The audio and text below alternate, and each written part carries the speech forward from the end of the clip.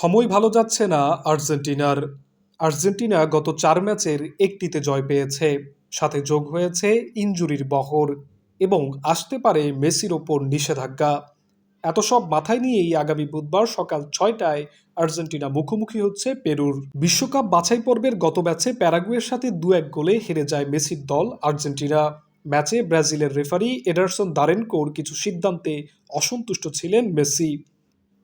Messi রেফারিকে মাঠে বসে "তুমি একটা কাপুরুষ, আমি তোমাকে পছন্দ করি না" বলে ভর্ৎসনা করেন, যেটা ফিফার আইন সিদ্ধ নয়।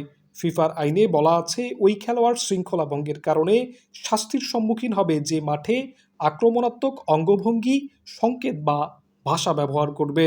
কিছুদিন আগে এমএলএস এর ক্লাব নিউ ইংল্যান্ড রেগুলেশনের হেড কোচ ক্যাবেল ফটারকে ১ ম্যাচ ব্যান ও $২০,০০০ জরিমানা করা হয়েছিল রেফারিকে কাপুরুষ বলার কারণে।